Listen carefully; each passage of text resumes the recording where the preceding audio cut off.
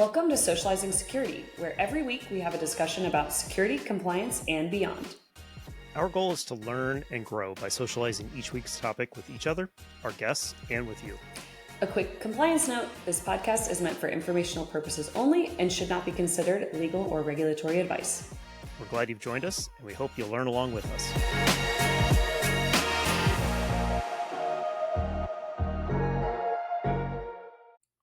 All right, welcome back to another episode of Socializing Security. I am a little bit bummed because Brian just said he wasn't going to sing for us, but when we were preparing for this episode, there was a nice little tune that I think a lot of us are familiar with Snowman and a couple of princesses, and my nieces are obsessed with the song, so you can imagine. But today's talk is about, do you want to have a startup? Yeah, obviously the idea of this podcast got me a little excited, but as I told Mila, that is something special I keep in reserve for people when I'm having live conversations. So, at a certain point we'll get you to sing, but that's fine.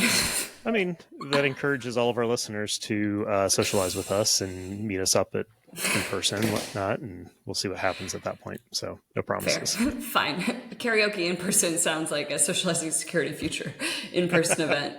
I actually can't stand karaoke, but I am quite social. But maybe that would be good for us to push our boundaries a little bit.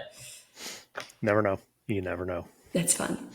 In the right setting with the right people, karaoke can be really fun. But yeah, I think today, like Milu said, we want to talk about kind of startups and starting businesses. It's something that is been on both of our minds as we start a podcast that we're building in a way to be a self-sustaining kind of business, not necessarily our full-time job or a profit center for us, but something that isn't going to be just a complete drain for us as we try to keep this thing going long term. Of course, Mila, you've got some of your own personal ventures that you're working on, so obviously very, very front of mind for us, and obviously has compliance and security situations that go along with it. So we're going to talk through some of those there. It's a great thing that we're building out because we're doing this right now with the podcast. So it's been a lot of fun thinking through like entity formation and business insurance and doing some of the true, how do you set up a business and how do you do that well? And how do you think about it in a way that does impact automation and IT and outsourcing?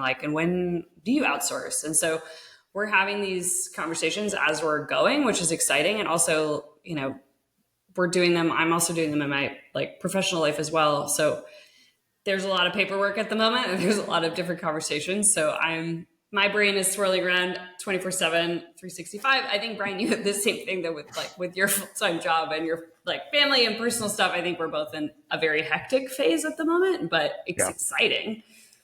Yeah. And I've always had kind of this desire to go out on my own. And in fact, with a recent layoff situation I was in, I was essentially one step away from doing that. Actually went through a lot of the paperwork to form an LLC and all that jazz. And spent a lot of time trying to figure out the name and make sure I got the right paperwork in place and all that.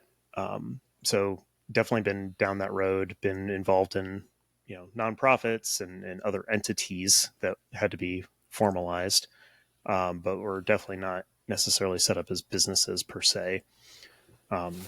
There's a lot goes into it. I mean, sometimes the simplest decision, like where am I going to host my email, could be a challenging one to overcome just because, we all default to Gmail because it's easy and it's understood. But if I'm going to have to pay money for it, is there a better option out there? So you spend time trying to figure that out. And that multiply that by 50 different things that you need in order to run a business. Yeah, and at a certain point you're like, oh, it's a business expense. But I will say I'm kind of becoming, in the compliance space, on the information security side, a lot of compliance requirements exist around, which software vendors are you using? Where are you documenting that? Are they duplicative? Do you need all of them? Who has access to these tools? What information are you storing with them? And I'm always like, oh my God, if I would do this, I would do it differently. And, I think I'm eating my words right now because I'm not doing it differently. I am scaling alongside delivering, which is a wonderful problem to have, where I am working with clients for consulting. And that's an exciting time, but it means I'm like, oh shoot, I need this thing. I'm going to go get this thing. And then suddenly now I have 3 things that do similar things. And now I'm at this, oh shoot, I already need to audit these things. And do I need all of these things? And so it's very much of that if you have the time to build the business well, that's awesome. I think the Yeah. reality is in most startups of what I'm seeing, regardless of, if you're a software provider or service delivery or what it is, a lot of it is build as you go. And a lot of it is I have an urgent need and I need to go get this thing right now because a client needs it or I'm held up by something that I have to get this thing. And so thinking about then, like, how do you roll that back? Because I'm, for example, like I'm in a Google suite and I think I'm moving to Microsoft. And that has suddenly become like a huge deal, even though my company is small. Hmm. And now it's turning into Yeah. oh, we have to build out our DR plan. And we're thinking through like, oh, well, what about the backups and like transferring email and like, oh, then it impacts the website and your phone number. And this thing that seemed like no big deal if I had gone back 6 months ago, maybe, or a year ago, and been like, what do I really want to build with? I couldn't have told you because I was expecting my clients were going to be in Google, for example. And that's just like not the reality of the world that I'm in right now. And I'm noticing there might be better collaboration in other tools. Yeah. And that can be a big part of the challenge because as a small company, you need to be nimble, which means to your point, you gotta acquire what you need when you need it. And you've got to try to make it fit in with everything else as best as you can, which is to say it's not always easy. Um, because you don't know what's coming and you don't want to necessarily box yourself in by buying something that eventually you're like, oh, this is not serving the purpose. And now you need two tools. You also mentioned the fact that, hey, it's just a business expense. Well, just a business expense is great when you have consistent flow of money. When you have nothing to start with and you're literally investing your own money into it, it becomes a much bigger deal. And sometimes you got to cut a few of those corners and sometimes deciding which of the corners are worth cutting and which ones aren't. Like, how bad do you really need a website? Is it okay just to have the email address? Some clients are going to look at it and say, oh, I don't see a website. I'm not going to trust that person. If you're doing some sort of cold call or you're doing some reach out to somebody that doesn't really know you, that's how I verify whether it's a legit business or not. Like if they don't have a decent website, then I'm Gives you the ick. warning flags already up. Yeah. Yeah. And that's not to say I don't do any business with anybody who doesn't have a website. It's just that is one piece of evidence as to whether you should trust the person or not. We're recording this as our website is not live yet. So I'm loving that for socializing security. We are planning on having a website. And I believe by the time this episode is aired, that should be fixed. But yeah, there's some certain things. And that's been so interesting because the website piece of it, as I've been building a couple of businesses at the same time, which is a blessing and a curse at the same time, it means that I'm scaling and then being like, wait, which entity is this for? And the separation is important. And then like duplicating expenses, all that kind of stuff happens really quickly. But I will say what was interesting is like when I was meeting with other practitioners that are going out on their own, there is a pretty big move towards the boutique at the moment. And the intention behind saying a lot of, and that makes sense in the economic market. I think we've touched on this in a couple episodes, right? Where we're saying like, hey, if there's a lot of talent isn't maybe getting placed in certain jobs. Maybe they are going to be like, hey, I've been thinking about this thing, or I'm feeling very passionate. And maybe that's where innovation and growth kind of happens. And then maybe they have a new company, right?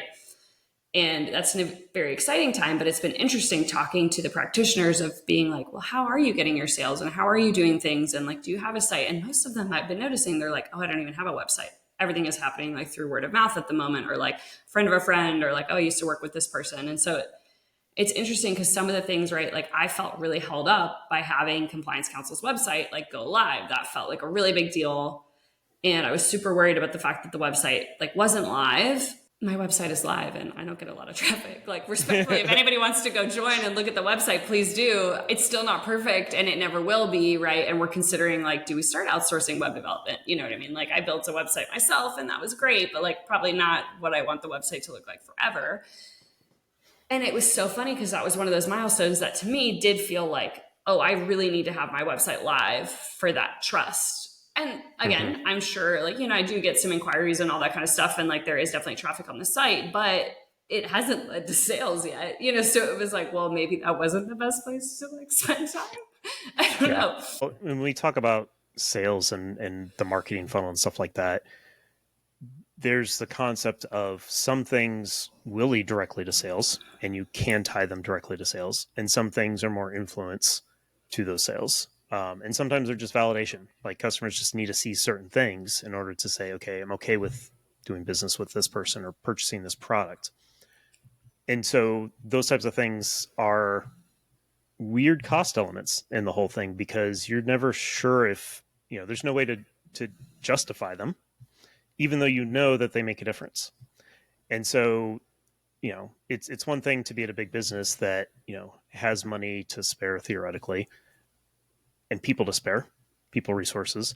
But when you're doing it all on your own and you have yet to outsource anything and may not even have the funds to outsource, yeah, that could be challenging. And to give it a security spin on it, so many times we take the shortcut to get something done because we need something quick and easy, and it's oftentimes not the secure way to go. And doing it secure is challenging.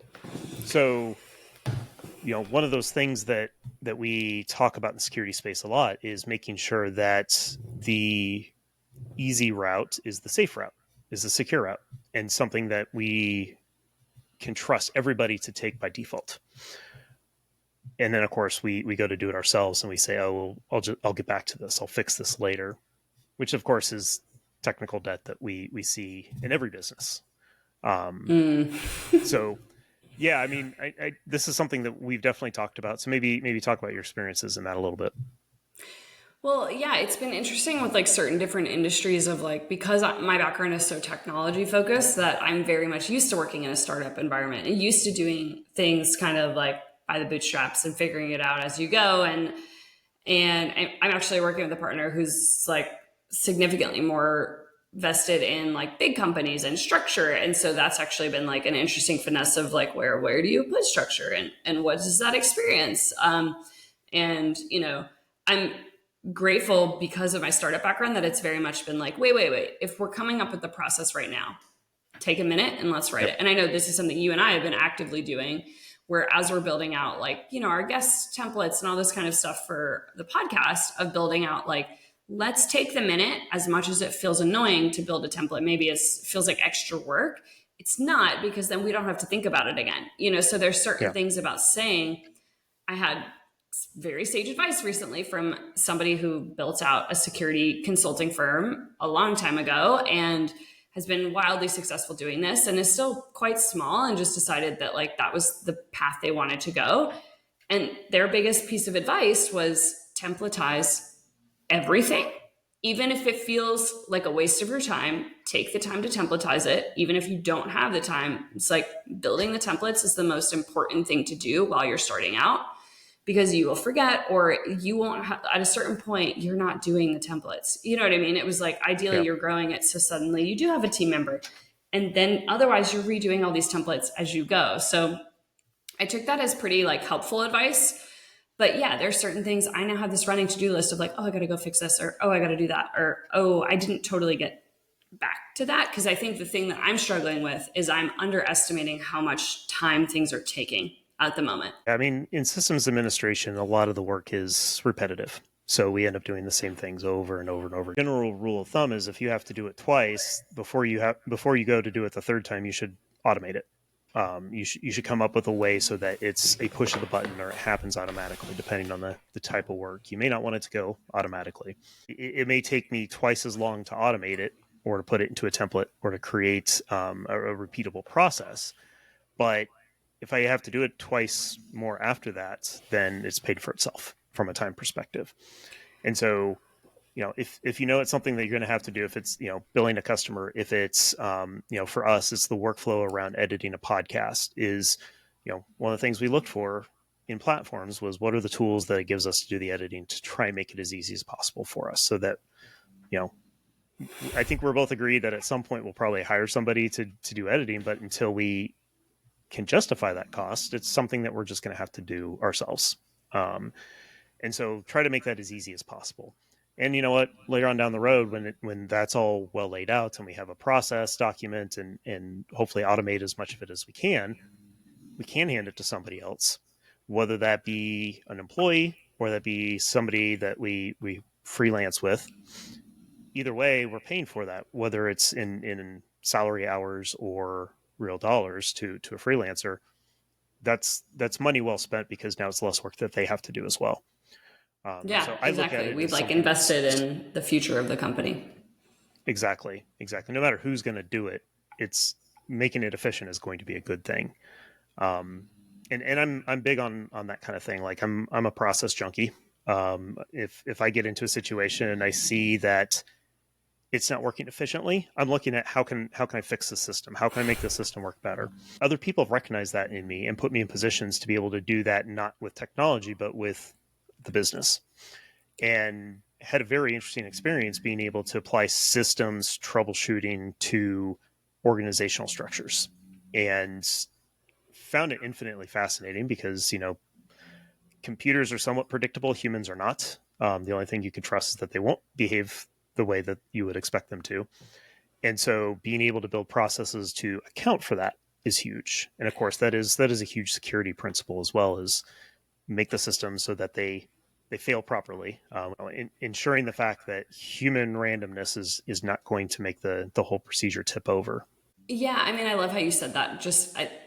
I was just again, I was just like learning as you were explaining that and listening with you instead of just like at you. But I was just like listening and enjoying what you were sharing about saying, yeah, my brain is now just like, oh my God, all of these other things I could go do. But Yeah. thinking through the systems administration and thinking about templatizing and outsourcing, I think is an exciting place for companies and also terrifying. And I think that is a constant. Mhm. I don't like at a certain point, your company continues to grow and grow. If you're fortunate, I think we'll see that hopefully with the podcast as well, is like this, we're really excited about what we're doing right now in socializing security. I'm really excited to see where it's at in 6 months and 12 months Yeah. and figuring out, oh my gosh, like look at what we were talking about back then when we were like very much held up on like, oh yeah, like, I've been spending a lot of entity formation time and doing drafting in the evenings and stuff like that, of figuring out what do we want our release form to look like and how do we want to do that, and working with our legal and compliance.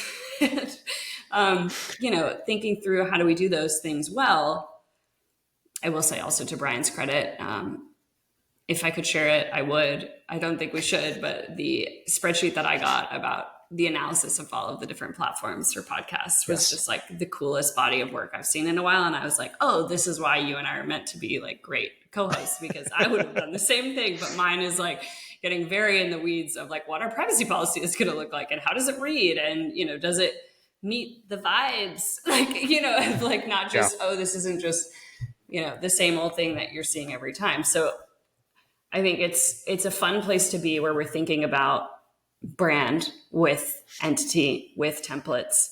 It's also something that I'm thinking about in the consulting side, where I actually, from an employee experience, when I've worked in full-time companies, I've always been, I've very much valued when I've joined a company that has had structure, has had well documented things. Again, I'm a compliance person, so like maybe I'm biased, but I don't know, Brian, do you have that as well? Like when you join a new organization and things are well documented, does that kind of like help you feel more like trust with your employer? I don't know if trust is quite the right word, but Legitimacy? I don't know. Is it like, I don't know if this is a it's startup more thing. of a, yeah. I mean, from a startup perspective, it to me that's a sign of maturity.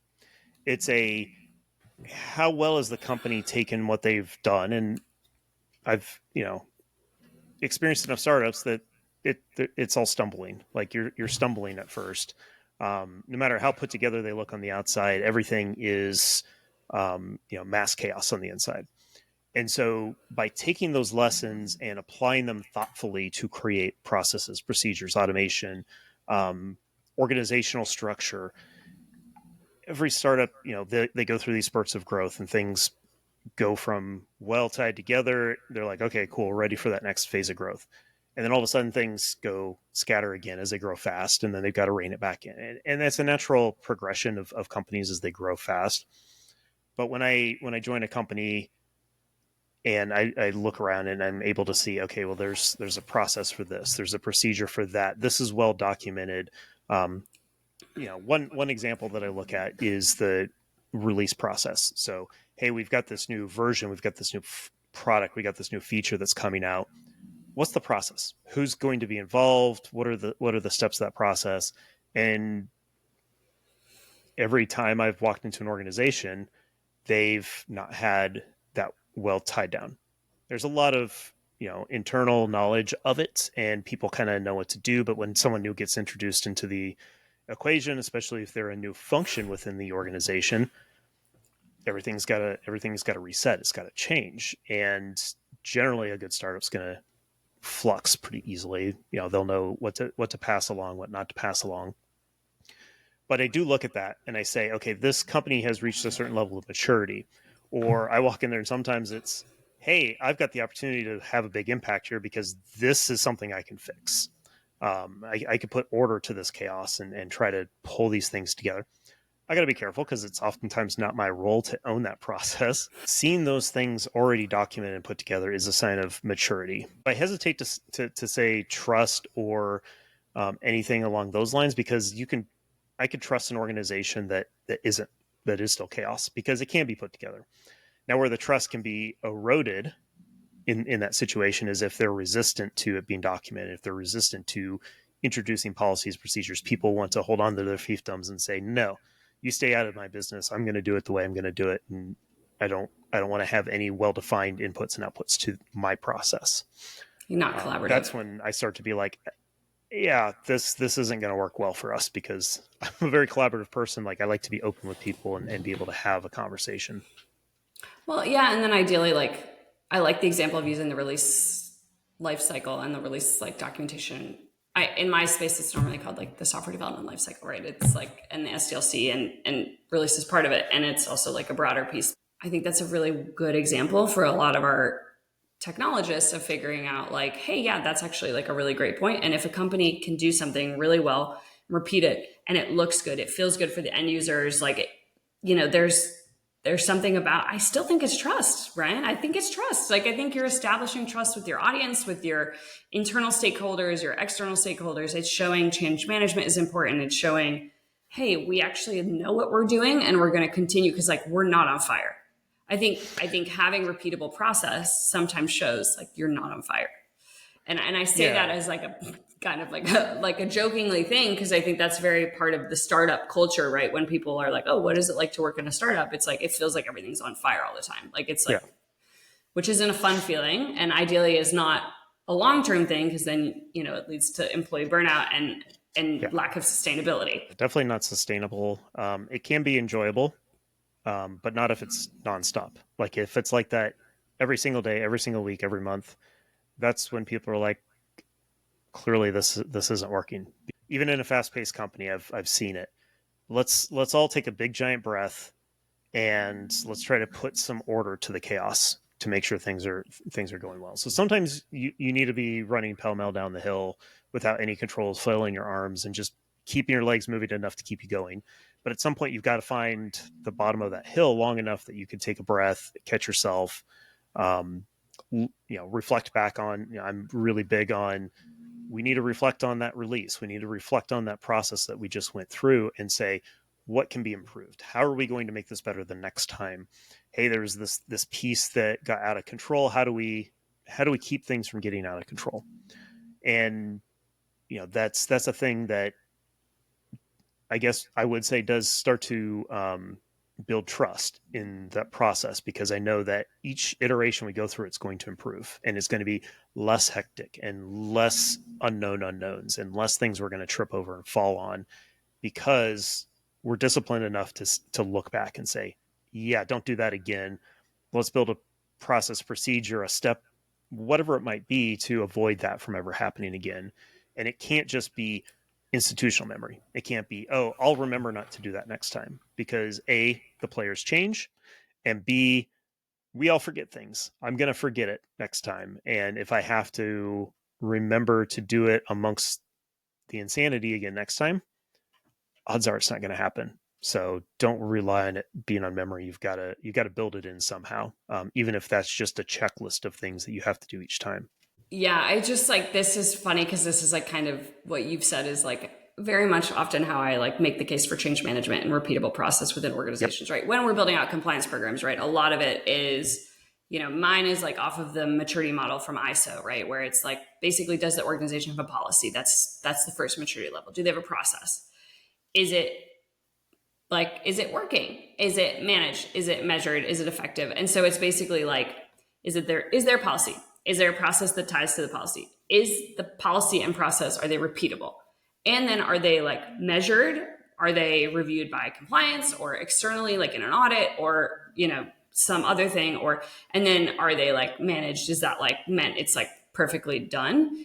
Or is it like optimized? Is it working so well that now we do have the room to be like, wow, this is so perfect. Let's take a step back and think, how can we make it more perfect? Right. Yeah. Process, policy process, these things, they never stop. They like, that's the No. best part about when I make the business case for compliance. It's like, it's not a point in time thing. Ideally, the compliance program and your organizations are building with the maturity or the organization, right? The thing that I think most companies get held up on when they're building stuff, especially at the startup, are they building something that they can repeat? Mm-hmm. And I'm struggling with this right now as a founder. I'm building certain things. I'm like, this is not repeatable. I can no longer figure out how to send my calendar link. For example, like I'm spending 15 minutes to schedule a one-off meeting. Not effective. This Yeah. is not repeatable. This is a process I need to reevaluate. But then finding the time to take a step back and doing that is really hard. And so It that's is. something I'm learning of like, oh, this is really hard. I'm struggling with time. Like the thing that's Yeah. holding me back is availability. And that's particularly hard when you're a one person shop because you are marketing and you are sales, but you're also delivery and counsel and the person in charge of everything. And you've got to be forceful about that time until you can start handing off those pieces to somebody else, knowing full well that person needs vacations, that person needs mental health days, that person may not be available, and you may have to step in and fill those roles again.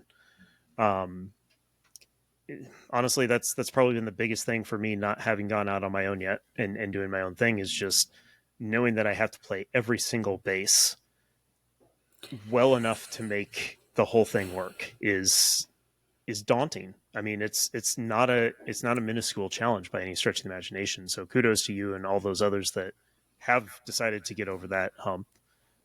There's probably a little bit too much fear in me when it comes to that side of things, but that helps me appreciate those of you that do it.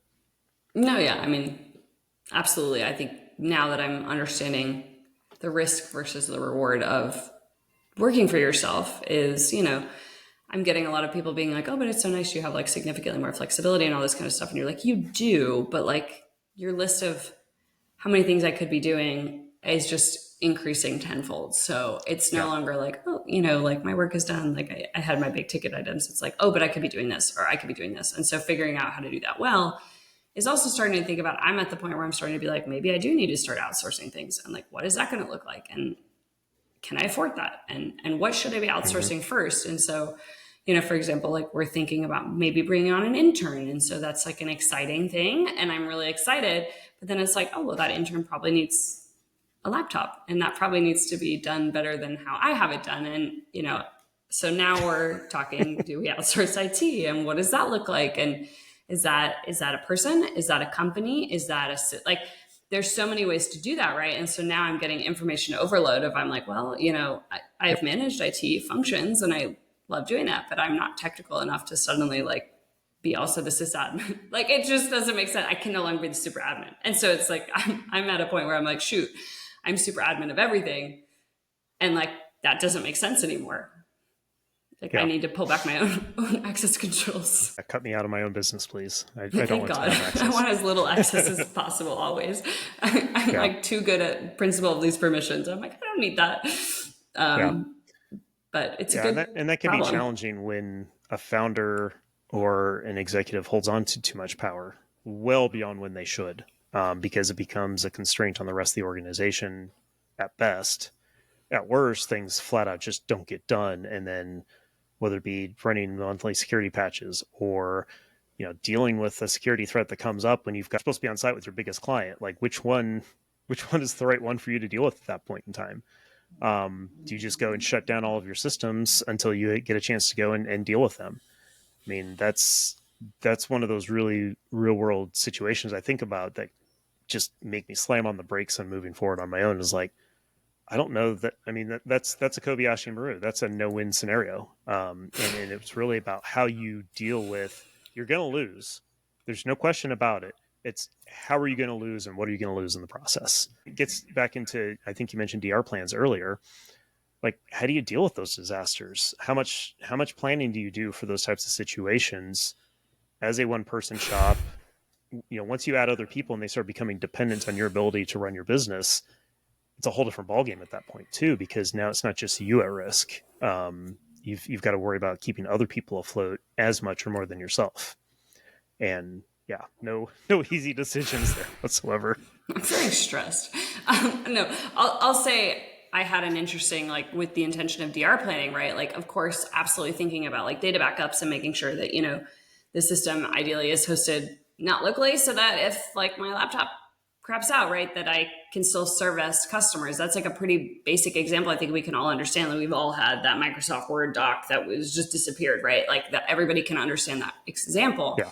What I think is interesting, right, about thinking about DR planning, disaster recovery is what we're saying when we say DR, of saying, I'm a single point of failure. So I Mm-hmm. recently injured myself. And so then suddenly it was like, okay, well, like if I'm injured, like who's helping? No one. And so there is something to be said, right, about being like, oh, I do need redundancies. I had a whole interesting um, circle of events where, because I'm a lawyer by background, I have a law firm as well as a consulting firm, and they're two separate entities and they're treated as different things. But the law firm has to have redundancy to get insurance. And so this was like a really interesting, what I would equate to like the Godfather scenario, where it's based off of like where the lawyer is licensed, where the organization is set up. So if you have like multi-jurisdictional licensures, this becomes tricky because you have to have somebody basically that like in the worst case, and that's disaster recovery planning, right? Like in the worst case that I am unavailable for whatever reason, and it's probably a catastrophic event, somebody needs to be able to be contacted by the insurance for the insurance to be like, okay, this is what would happen next. Yeah. Getting that as a solo practitioner became one of the most challenging things I've dealt with as a business owner. Hmm. Because how do you Yeah. get someone to be like, could you be the godfather of this thing that just barely exists?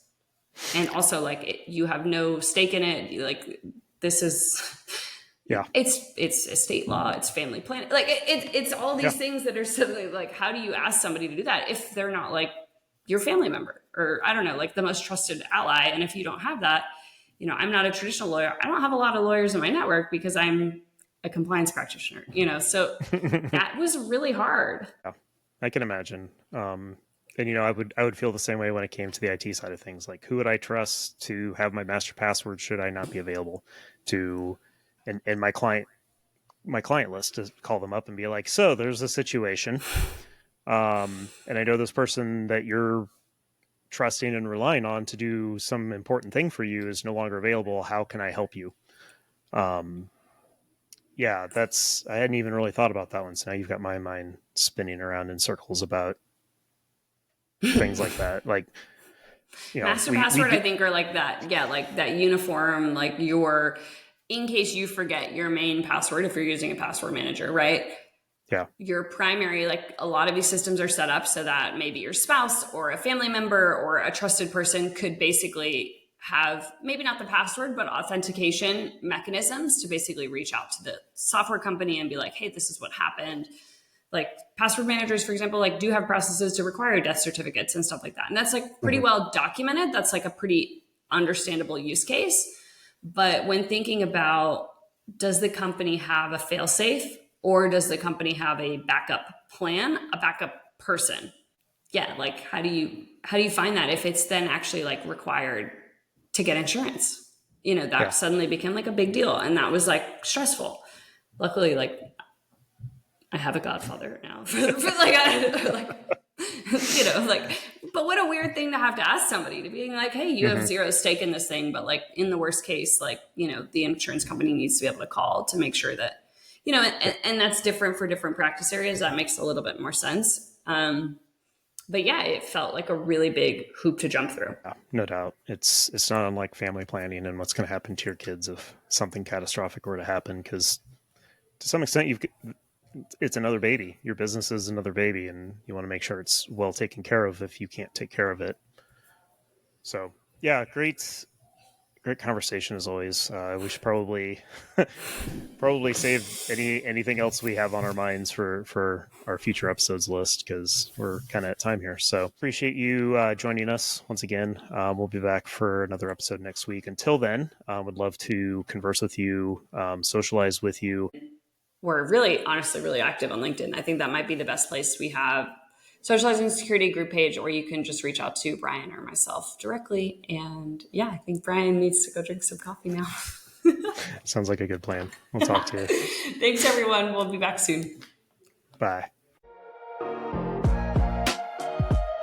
Thank you for joining us for another episode of Socializing Security. We hope you learned a thing or two with us. If you'd like to continue socializing with us on this topic or have feedback, we'd love to hear from you on LinkedIn or social media. Just search for Socializing Security.